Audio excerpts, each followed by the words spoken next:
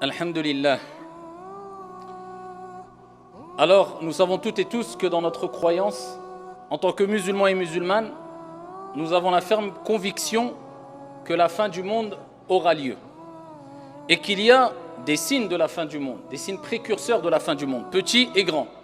Et cela ne doit aucunement nous pousser à tomber dans une parano quelconque, mais c'est une réalité. Et nous savons, comme le prophète alayhi salatu wassalam nous l'a informé, que parmi ces signes, il y a la venue de Al-Masih ad-Dajjal, l'Antéchrist. Et les questions que les gens se posent souvent, c'est: existe-t-il? Est-il présent aujourd'hui? Et si oui, où est-il? Comment est-il? Et qu'est-ce que vraiment cette épreuve qui est l'épreuve, la tentation de Al-Masih ad-Dajjal, le faux Messie ou l'Antéchrist? C'est ce qu'on va voir rapidement, Inch'Allah. Wa billahi at-tawfiq. Allahu Rabbuna huwal ilahu lahu minal asma'i mastafahu al-wahidul hayyu kadhal maliku wal malikul maliku la shariku.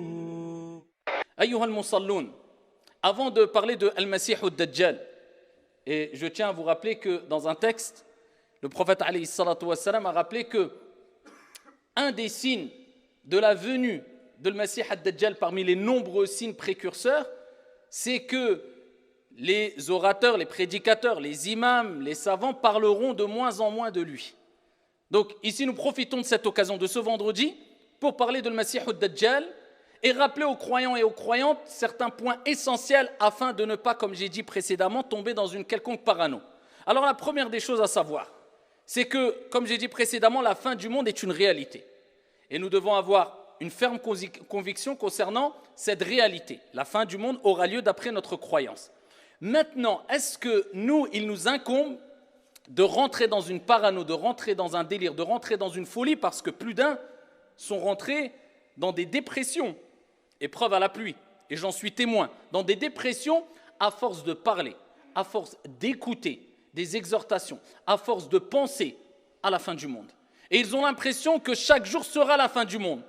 Et quand je vois ce genre de comportement, je me souviens de l'imam At-Tabari, qui a rapporté dans son tafsir une parole d'Al-Mughira ibn Shu'ba à son époque. Alors que dire de notre époque? Il disait, Al-Mughira ibn Shu'ba, les gens disent Al-Qiyamah, Al-Qiyamah. Les gens ne cessent de penser à la fin du monde, à la résurrection, et il a rapporté ici qu'il visait la fin du monde, l'heure, la grandeur. Al-Qiyamah, Al-Qiyamah, en oubliant leur propre heure. Parce que ce qui t'incombe toi, ou disons plutôt de manière plus précise, ce qui nous incombe, ce n'est pas, ou ce qui est le plus important, ce n'est pas de savoir si oui ou non tu vas vivre pendant les événements de la fin du monde, mais c'est de savoir est-ce que tu es prêt à rencontrer ton Seigneur. Parce que ce qui est sûr, c'est que toi, tu as une fin. Et tu vivras cette fin. Mais la fin du monde, ce n'est pas sûr que tu la vives. Donc pourquoi tu te préoccupes plus de la fin du monde que de ta propre fin? Et en se préoccupant de sa propre fin, on reviendra à l'essentiel. C'est-à-dire, je dois me préparer spirituellement à rencontrer mon Seigneur. À travers la prière, à travers le jeûne, effectué correctement, à travers mon assiduité dans les actes d'adoration, mon bon comportement et ma bonne relation envers les gens. Donc en bref, tu vas garder les pieds sur terre. Contrairement à celui qui ne parle que de la fin du monde, c'est les gens qui n'arrivent pas à garder les pieds sur terre. Ils aiment tout ce qui est extravagant, surnaturel, les histoires qui font voyager. Mais quand on leur parle de choses concrètes, la prière, tu as les capacités de la faire. Fais ta prière. Tu veux faire beaucoup de bien, tu peux faire Qiyamul Layl, fais-le. Donc quand c'est des choses concrètes, quelquefois ils s'éloignent de ces actes concrets. Mais quand c'est pour parler ou imaginer ou supposer ou faire des déductions sur des choses qui sont, on ne sait même pas si on va les vivre, alors là, ils aiment passer des heures et des heures en délaissant ce qui est le plus important. Donc, la fin du monde aura lieu, mais attention de tomber dans une psychose quelconque. Jusqu'à ce qu'il y ait des gens qui viennent nous dire, alors en parlant des signes de la fin du monde, alors ce n'est pas seulement ça la cause, il y a d'autres causes. C'est pour ça que je dis souvent, wallahi, beaucoup de gens dans la communauté, malheureusement, je parle de gens qui sont atteints quelquefois de maladies psychologiques, etc., ont besoin plus de psychologues et de psychiatres que de raqi. Il y a des gens qui viennent te voir et qui te disent « je suis le Mahdi ». Combien j'en ai vu moi? Je suis le Mahdi. C'est moi qu'on attendait. Jusqu'à ce que plusieurs personnes sont venues jusqu'à la mosquée en nous disant ça. J'en ai rencontré plein. Je suis le Masih ad-Dajjal. Bien sûr qu'ils sont pris de folie, mais pourquoi ils ont été à jusque dire ces paroles-là? C'est des croyants, des musulmans, hein. Même s'ils sont pris de folie, pourquoi ils s'accrochent à ces convictions-là? Parce qu'on leur a tellement parlé de ça, et ils se sont tellement accrochés à ces récits-là en délaissant ce qu'il y a de plus important, sachant que tout est important en islam, que maintenant ils vivent qu'avec ça. Ils ne parlent que de le Masih ad-Dajjal et al-Mahdi.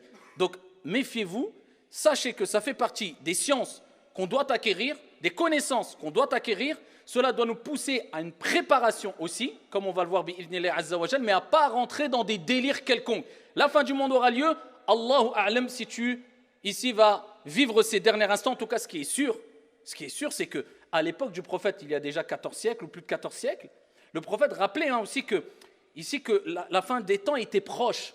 Et il donnait des comparaisons et des images en disant qu'ici, il n'y a pas un espace plus grand entre aujourd'hui et la fin du monde que l'espace qu'il y a entre ces deux doigts, etc. Donc, il montrait que c'était très proche. Mais avec ça, combien d'années sont passées? 14 siècles. Alors, des gens qui se disent aujourd'hui, le prophète a dit c'est proche, c'est peut-être demain ou après-demain. Ah, c'est vendredi, regarde, il y a des nuages gris, j'ai entendu du tonnerre, subhanallah, on est vendredi, akhi. Il y a eu qu'est-ce que ça veut dire? Il y a des petits signes et il y a des grands signes. Et quand les grands signes vont venir, on n'a pas encore vécu de grands signes, quand les grands signes vont venir, soit c'est une réalité, l'un va s'enchaîner avec l'autre. Quand on rentre dans les grands signes, on n'est pas dans les grands signes. Et pour l'instant, occupe-toi de ton heure à toi. Peut-être tu vas mourir dans 10 minutes et peut-être la fin du monde aura lieu dans 50 milliards d'années. C'est possible, Allahu a'lam. Donc reste ici, garde les pieds sur terre et reste avec nous. Par contre, parler de le Masih ad-Dajjal, c'est important et c'est une réalité. Alors certains rentrent dans un autre excès en disant le Masih ad-Dajjal, non, c'est des textes qui sont la plupart faux.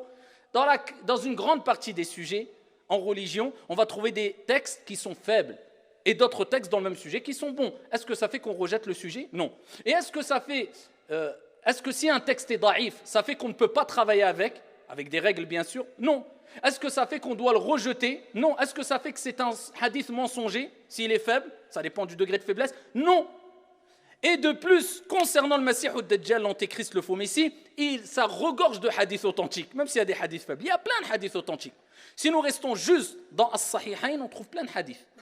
Et particulièrement dans Sahih Muslim, dans l'authentique de l'imam Muslim. Alors parmi les hadiths rapportés par l'imam Muslim, le prophète sallallahu alayhi wa sallam, il dit: il n'y a pas eu une plus grande tentation, une plus grande épreuve depuis la création de Adam jusqu'à la fin du monde que la venue de qui? Al-Masih ad-Dajjal, le faux messie, l'antéchrist. Il n'y a pas. Donc là, on comprend qu'on parle d'une épreuve, d'une tentation, pas des moindres. Le prophète, il dit, c'est la plus grande des épreuves. La plus grande des tentations, eh bien, c'est quand le Masih ad-Dajjal va venir et va éprouver les gens. C'est la plus grande des épreuves. C'est le prophète alayhi salatu wa sallam qui l'a dit dans Sahih Muslim. Le prophète sallallahu alayhi wa sallam, il nous a rappelé aussi comment était le Masih ad-Dajjal et quels étaient les critères distinctifs pour reconnaître al-Masih ad-Dajjal. Rapporté par l'imam Muslim, le prophète sallallahu alayhi wa sallam, il va jusqu'à nous le décrire. Il va jusqu'à nous le décrire. Et cette description, eh bien, va nous rappeler que le Masih ad-Dajjal, c'est pas comme certains pensent, parce que certains ils sont tellement dans un délire et ils sont tombés dans le monde des Illuminati, surtout avec Internet aujourd'hui. Hadith wa la haraj. Il y a des gens, Msakin, ils pensent que le Masih ad-Dajjal, c'est la banque qu'il a dans sa rue, la rue du coin, c'est la banque. L'autre, il croit que c'est le paquet de gâteaux chez lui parce qu'il y a un œil. Masih ad-Dajjal, il est venu, il va montrer, il intervient, il apparaît à travers ce paquet parce que l'autre, il va dire non, le Masih ad-Dajjal, t'as pas vu là-bas? Regarde la forme dans le vêtement, c'est comme un œil. Comme l'œil de le Masih ad-Dajjal, il n'y a pas les deux yeux parce qu'il est borgne. Donc regarde, il est partout, il nous encercle. Wallah, qu'il y a des gens qui sont devenus fous. Plus que cela, il y a même des prédicateurs religieux qui quelquefois rentrent dans ce délire-là complet. Alors permettez-moi d'être un peu littéraliste ici. Parce que quelquefois, il faut être littéraliste. Là, dans des sujets qui concernent al-ghaib, l'invisible, les choses qui nous dépassent, ni moi, ni vous, même pas le prophète avait le droit de s'exprimer sans qu'il y ait pour le prophète et les prophètes une révélation divine ou pour nous une preuve concrète qui nous montre que c'est une information provenant de Dieu. Donc pourquoi moi je vais aller au-delà des informations qui m'ont été apportées? Je vais inventer un paradis, je vais inventer un enfer, je vais inventer des délices du paradis, je vais inventer des délices de l'enfer qui n'ont pas été rapportés. Et bien de même, pourquoi moi je vais interpréter une chose concernant le Masih ad-Dajjal qui n'a pas été expliquée explicitement par le prophète alayhi salatu wassalam? Dites-moi. Le prophète alayhi salatu wassalam, toujours dans les hadiths authentiques rapportés par l'imam Muslim, il dit, Al-Masih ad-Dajjal, l'antéchrist, le faux messie, est borgne, a'war, et Allah n'est pas borgne. Al-Kamal lillah, la perfection appartient à Dieu. Donc le prophète alayhi salatu wassalam dit que le Masih ad-Dajjal est borgne. Et il dit entre ses deux yeux. C'est-à-dire que quand on dit il est borgne, il a un œil effacé. D'accord? Quand on parle de Mamsouh, ça renvoie vers le terme Al-Masih aussi. Certains savants ont donné plusieurs définitions différentes. Parmi les définitions du terme Al-Masih ou Dajjal, c'est Al-Masih, celui qui a quelque chose d'effacé, c'est-à-dire un œil effacé. Ad-Dajjal renvoie aussi vers un terme arabe qui désigne le mensonge, c'est-à-dire c'est celui qui est borgne et qui est menteur. Et on le traduit par l'antéchrist pour le désigner, ou bien le faux messie. C'est un homme qui va venir et qui va prétendre être un dieu ou un prophète et être la vérité pour les gens. Et il va tromper les gens. Et il va égarer les gens. Et il va venir avec des signes exceptionnels que Dieu va lui permettre d'avoir. Dieu va lui permettre de faire. Mais tout cela par la permission divine. Mais c'est quelqu'un qui est égaré et qui égarera les gens. Ça sera son but. Le prophète, il dit entre ses deux yeux, il y a 3 lettres. Kaf, Fa, Ra. Tout le monde pourra les lire. Celui qui sait lire ou pas. Parmi les croyants. Et cela désignera soit kafir ou bien kafara, qui montrera sa dénégation. Le fait qu'il n'est pas croyant, qu'il s'est opposé à la croyance pure et saine.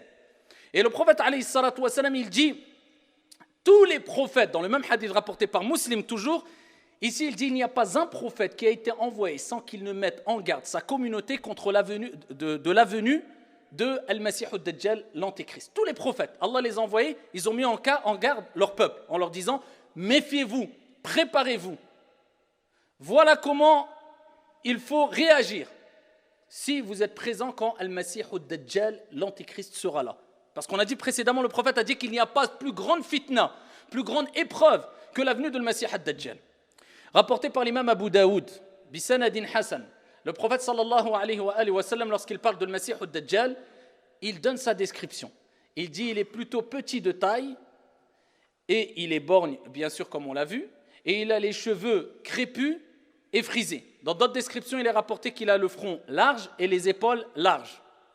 Et il y a plusieurs autres descriptions concernant le Masih ad-Dajjal qui rappellent que, comme on dit un grand groupe de savants, que ce n'est pas un diable, mais c'est un être humain qui fait partie des enfants d'Adam. C'est une espèce, une créature qui fait partie des êtres humains. Alors, le Masih ad-Dajjal va venir avec des miracles, si on veut, entre guillemets, va venir avec des signes, va venir avec des choses qui vont impressionner. Et le prophète alayhi salatu wassalam l'a rappelé dans le hadith rapporté encore par Muslim, dans son sahih, dans son recueil authentique. Il dit que le Masih ad-Dajjal viendra avec, traduction du sens, l'image du paradis et de l'enfer. Et dans une autre version, avec l'enfer et un fleuve. Le prophète alayhi salatu wassalam, il dit son enfer sera le paradis et son paradis ou bien le fleuve sera ici l'enfer. Et donc il a recommandé, il a dit aux compagnons, il les a préparés en leur disant si vous voyez son enfer, car ce n'est pas réellement l'enfer mais l'image de l'enfer qui vous met devant, qui vous propose, vous imaginez l'enfer avec ses affres, avec ses, eh bien il pourra donner la vision de soi-disant l'enfer en face des gens. Et du paradis pareil. Et les gens qui vont tomber dans le panneau et qui ne connaîtront pas le Masih ad-Dajjal, qui ne se seront pas prémunis du soit à leur ignorance ou bien au fait qu'ils n'ont pas été patients et qu'ils n'ont pas été fermes, eh bien plongeront dans le paradis qui sera un enfer. Et ceux qui auront délaissé ce paradis car ils sauront pertinemment que c'est un menteur kadhab, c'est un fattan, eh bien ils plongeront dans l'enfer qui sera un paradis. Et ça, c'est parmi les plus grandes des épreuves ici qui seront en face ou qui seront, auxquelles seront confrontés les croyants et les croyantes. Paradis, l'enfer en face de toi et voilà. Ça, c'est parmi les choses que le prophète alayhi salatu wassalam a dit. Le prophète sallallahu alayhi wa sallam, dans un hadith, toujours rapporté par Muslim. Il fut interrogé sur Al-Masih ad-Dajjal et ils lui ont dit « Ya Rasulallah, combien de temps va-t-il rester sur terre ? Combien de temps va-t-il rester sur terre ?» Et le prophète alayhi salatu wassalam a dit « Arba'ouna yawman » 40 jours. Il restera 40 jours sur terre. Par contre, il dit alayhi salatu wassalam, il dit un jour comme une année, un jour comme un mois, un jour comme un jumu'ah, et le reste des jours comme vos journées habituelles. D'accord ? C'est-à-dire qu'une année, la première journée de ces 40 jours, en fait, ça ne sera pas une journée, ça sera une année. Quand l'année sera terminée, la deuxième journée, ne sera pas une journée. Cette journée sera concrètement, un mois. Ensuite, ça sera dans une version une semaine, une version un jumu'ah, et ensuite le reste des jours comme le reste des jours. Le hadith est rapporté par Muslim. Le prophète sallallahu alayhi wa sallam, il continue. Et il dit, il sera plus rapide que les pluies éparpillées par les vents. Très rapide. Il pourrait être là dans un instant, quelques instants après, à l'autre bout du monde. Bon, donc, celui qui n'est pas croyant, qu'il mette pause et qu'il aille écouter quelqu'un d'autre. Parce qu'il faut vraiment avoir une croyance ferme en cela pour pouvoir s'imaginer de qui va être le Messie ad-Dajjal. Ça, c'est des paroles prophétiques dont on y croit fermement. Donc, il dit il se déplacera rapidement sur la surface de la terre et ça sera une épreuve pour l'ensemble des gens. Et il dit, alayhi salatu wassalam, il fera tomber la pluie devant les gens. Vous voulez de la pluie ? Il y a la sécheresse ? Ok. Devant un peuple, devant un groupe. Vous voulez de la pluie ? Ok. Il ordonnera au ciel de faire tomber la pluie, bi'idhnillah, par la permission d'Allah. Vous voyez, les épreuves, ça sera dur. Imaginez-vous, quelqu'un vient aujourd'hui, il te regarde et dit quoi ? Tu veux qu'il pleuve ? Le ciel fait tomber la pluie, il pleut. Tu vas te dire quoi ? C'est pas des petites... on ne parle pas de sihr, de magie qui peut te dire oui, mais il y a une explication, oui, il travaille avec les djinns, oui, c'est la pluie qui tombe. Donc il fera des choses impressionnantes, il traversera, toujours dans le hadith rapporté par Muslim, le prophète sallallahu alayhi wa sallam, il dit dans le même hadith, il passera par des ruines et il ordonnera aux ruines de faire sortir ses trésors. Il y aura des ruines et des trésors cachés, des choses qui sont enfouies, peut-être depuis des siècles, etc. Il ordonnera à ces ruines de faire sortir ces trésors et le prophète, il dit, ils sortiront comme un amas d'abeilles. Vous avez vu des abeilles ? Si tu vas les déranger, un groupe d'abeilles, ils sortent et en plus de cela, si toi tu les déranges, tu cours, ils te suivent. Pareil. Les trésors sortiront comme ça en masse et ils suivront où il veut Al-Masih ad-Dajjal, l'antéchrist, le faux messie.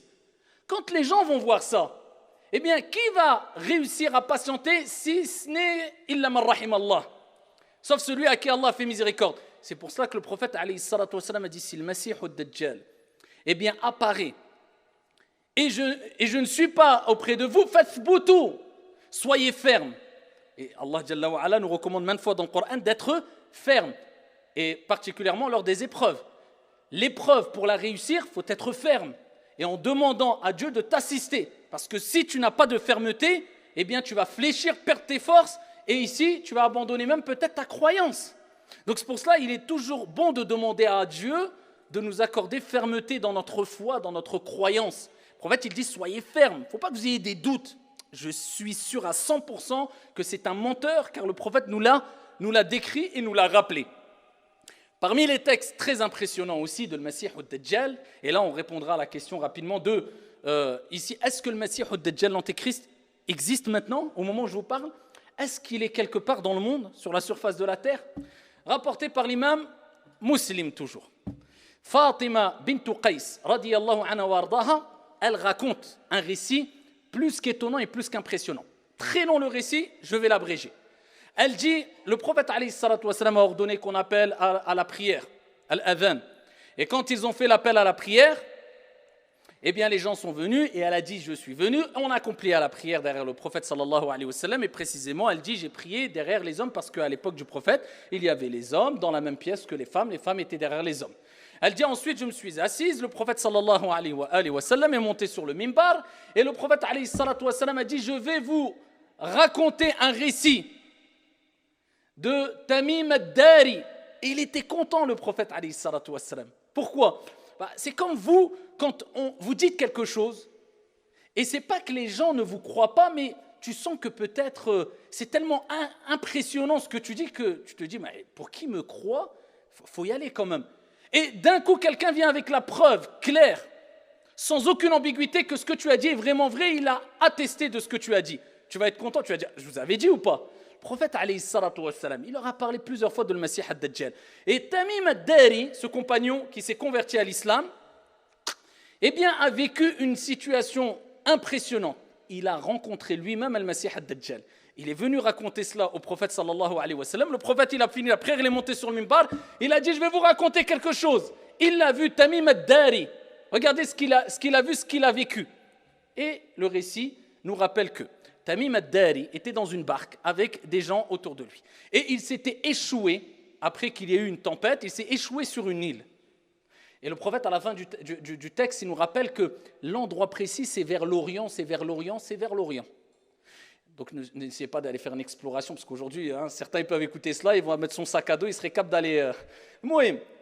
Nous, ça nous incombe peu, et on n'a pas à se préoccuper de cela. Mais je cite le hadith quand même. Donc ici, il dit, je me suis échoué dans une île.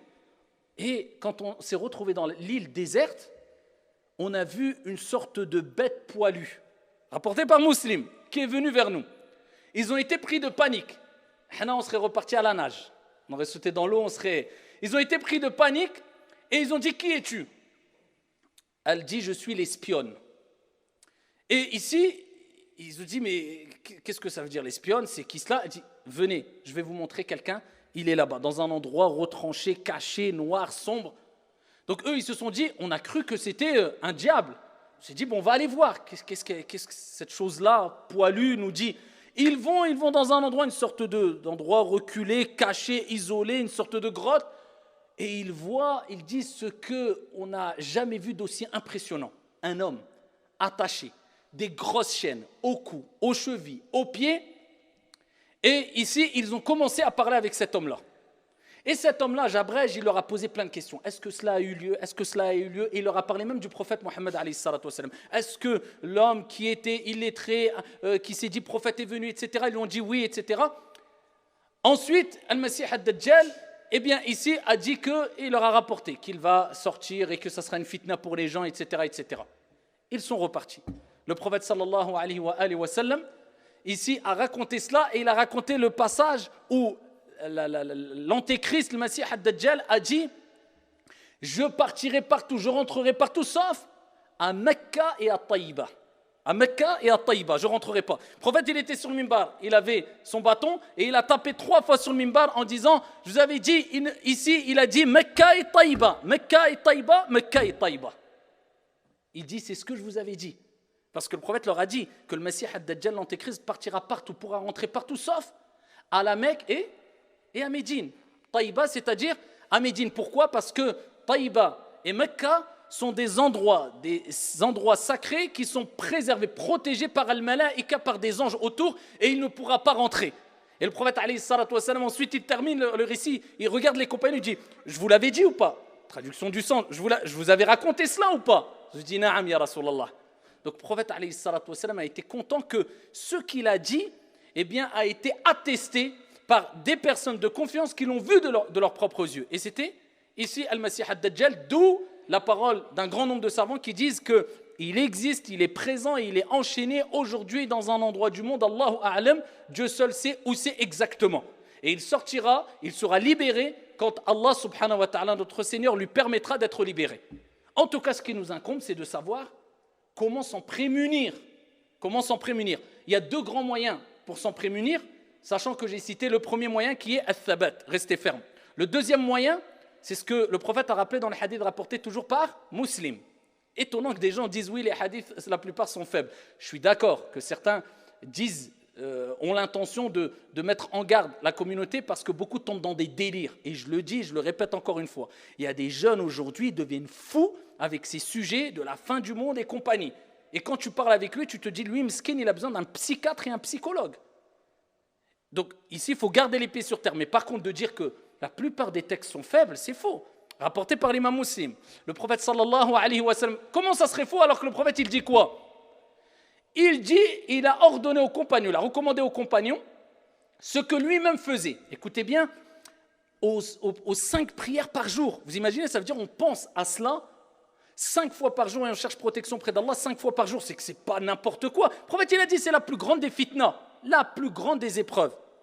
À la fin de chaque prière, au moment où du'a mustajab. Vous savez que parmi les moments où l'invocation est acceptée, c'est à la fin de tashahhud, qabla taslim, juste avant de dire assalamu alaykum, tu fais du'a mustajab bi'idhnillahi azza wa jal. Du moins, c'est un temps où il y a de fortes chances que l'invocation soit acceptée. À ce moment-là, le prophète, il disait quoi?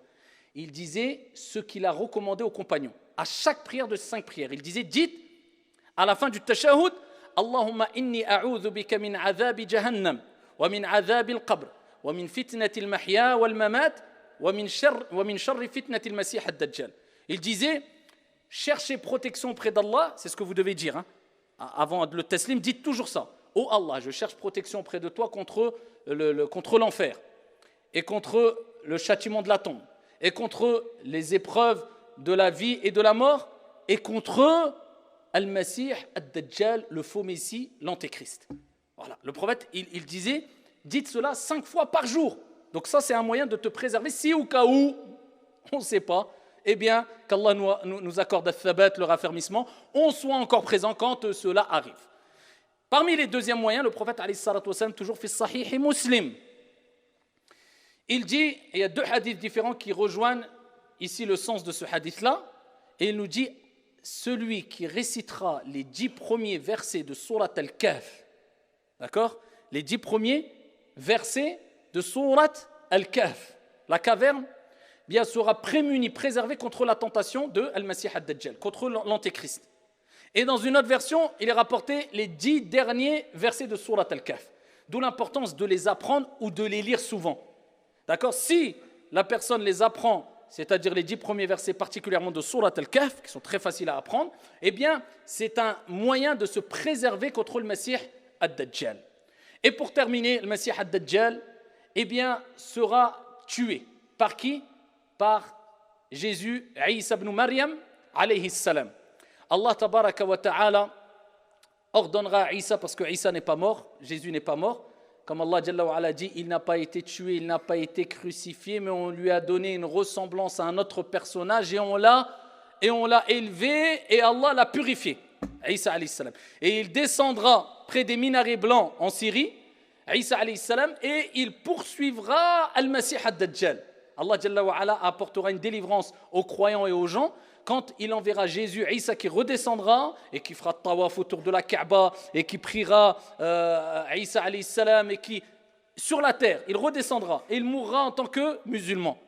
Eh bien, Isa poursuivra le Masih Ad-Dajjal et quand le prophète alayhi salatu wassalam fait sahih a dit quand Al-Masih Ad-Dajjal verra Isa, il va fondre comme le sel fond dans l'eau. Ensuite, Isa le poursuivra après cela.